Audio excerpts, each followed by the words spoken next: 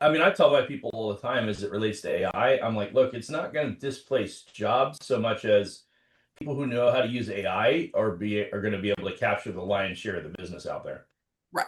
Yeah. Right. So if you have the inherent knowledge of how to build the sites, AI is just going to allow you to accelerate how much workload you could do.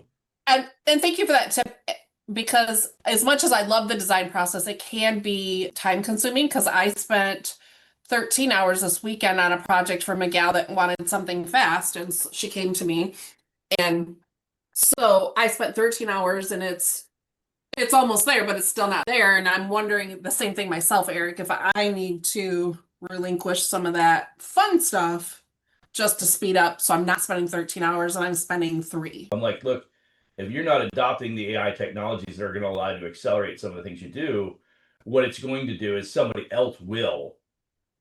And I will tell you, all my blue collar service based businesses, the HVAC and the painters and the plumbers, they're like, oh, I've never needed that before. And I'm like, here's the problem. There aren't many, but there is going to be a 25-year-old kid that loves doing this work, and they're going to adopt the technology and they're going to use the apps that are out there, and they're going to beat you to the punch every time because you don't answer the phone, you're laying under the sink. Yeah. Yeah.